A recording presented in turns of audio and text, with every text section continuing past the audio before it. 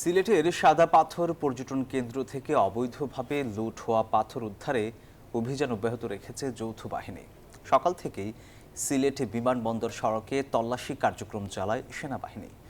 লুটের ঘটনায় প্রশাসনের তোড়জোড়ের মধ্যেই প্রত্যাহার করা হয়েছে সিলেটের জেলা প্রশাসককে। এদিকে স্পটের নিরাপত্তায় সার্বিক টহল কার্যক্রম চালানোর কথা বলেছে বিজিবি। গতকাল আরও 50 ট্রাক সাদা পাথর উদ্ধার করা হয়।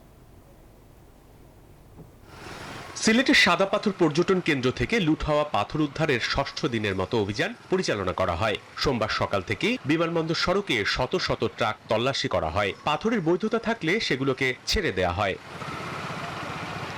এদিকে বিকেলে সাদা পাথর এলাকা পরিদর্শনে যান সিলেটের জেলা প্রশাসক। পরিদর্শনকালে খবর আসে তার প্রত্যাহারের আদেশ। তাকে জনপ্রশাসন মন্ত্রণালয়ের বিশেষ ভারপ্রাপ্ত কর্মকর্তা হিসেবে মনোনীত করা হয়। আর সেখানে স্থলাভিষিক্ত হলেন র্যাবের আলোচিত সাবেক ম্যাজিস্ট্রেট সারওয়ার আলম। পাথর লুটের মামলায় এ পর্যন্ত 8 জনকে গ্রেফতার করা হলেও মূল হোতারা ধরাছোঁয়ার বাইরে রয়ে যাচ্ছে বলে অভিযোগ করেন পরিবেশ কর্মীরা।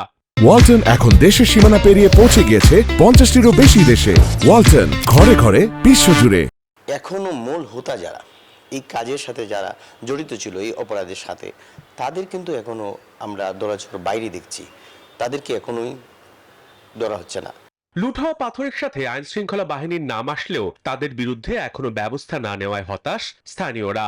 এই 10% পাথর যে চুরি হয়েছে, এই চুরির পিছনে বিজিবি জড়িত। সাদা পাথর এলাকার একটা ডিমাগ্রেশন এই নতুন জেলা প্রশাসক করবেন এবং জিরো লাইনের বাইরেও টোটাল কোয়ারিটার একটা ডিমাগ্রেশন করে লাল পতাকা দিয়ে কোয়ারি এবং সাদা পাথর এলাকার একটা ডিমাগ্রেশন করবেন।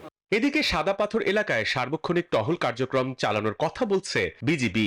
এখানে ম্যাজিস্ট্রেট আছে এবং আমাদের পর্যাপ্ত বিজিবি পেট্রোল আছে এবং আমরা যেহেতু এটা একটা আলোচনার কেন্দ্রবিন্দু হয়ে গিয়েছে এবং ভুল করেও আমরা এটা দেখেছি যে অনেকে ভুল করেও ইন্টারন্যাশনাল বাউন্ডারি ক্রস করে চলে যাচ্ছে, সেই জন্য আমরা একটা স্ট্যাটিক পোস্টও বসিয়েছি বিজিবির পক্ষ থেকে।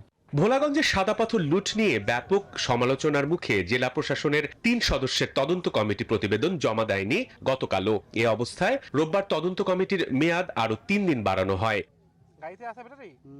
Desk report, news 24।